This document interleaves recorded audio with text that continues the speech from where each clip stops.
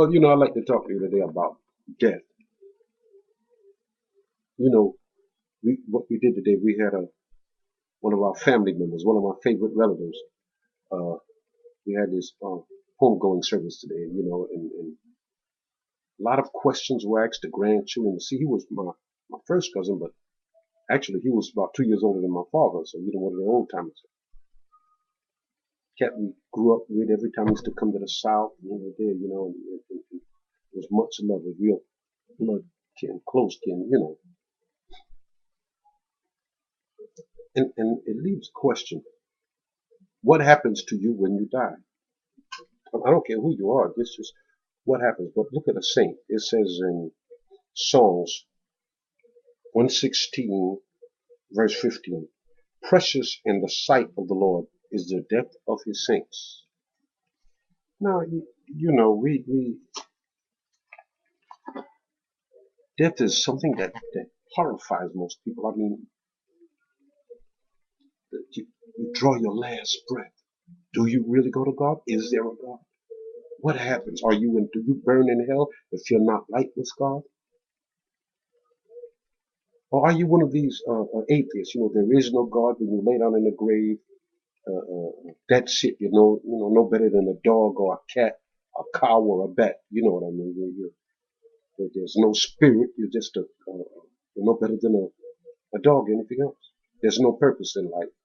You're just here by happenstance. But I'd like to tell you something. I'm a Christian and I believe in afterlife. Let me tell you, as we look at the trees, the grass, the sun, I mean, I'm not slamming anybody. We all entitled to believe what we want. Whether you believe in the Big Bang Theory, and we have to look, this could not have happened like this. Even the scientists, some certain scientists said that it looked like all the lights in the universe turned on at once, just like that. Do you know how many shades of light it takes for your eyes to see, for this to happen by chance? But that's not what I'm talking about here. I'm talking about death, your last breath. What happens to you? Are you just a piece of me? Can you live like hell and go to heaven?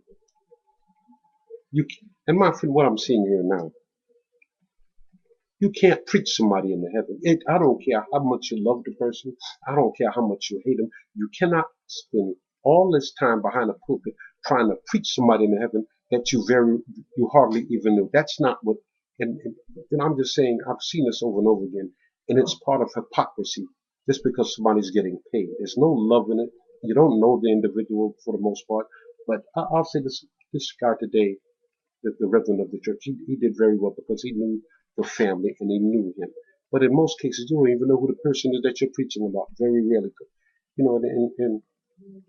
In small town USA, you know what I mean, in the South Carolina. But the point I'm trying to make is, what do you believe? Do you believe that you have a spirit wrapped in flesh? That at the time you draw your last breath, your spirit leaves your body? Do you believe this? Let's look at 1 Thessalonians chapter 5, verse 23.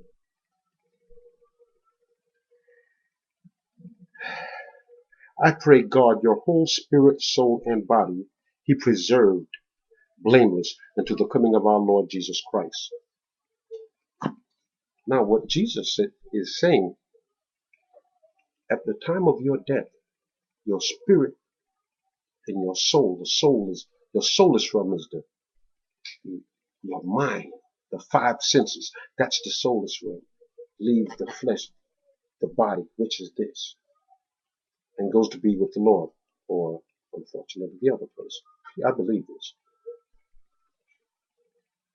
So it's best to live right. What if you're this wrong? What if there is a God to all you atheists?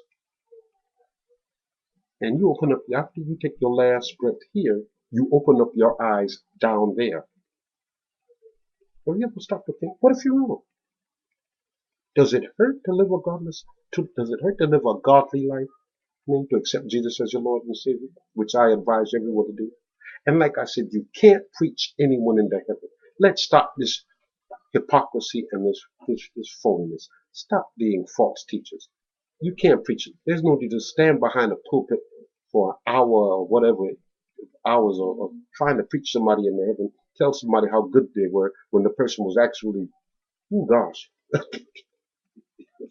I don't want to use the term evil. You know what I mean? What do you believe? Now, I'll be missing my saint. I like to say goodbye, old cuz. You're well loved and we miss you. God bless you.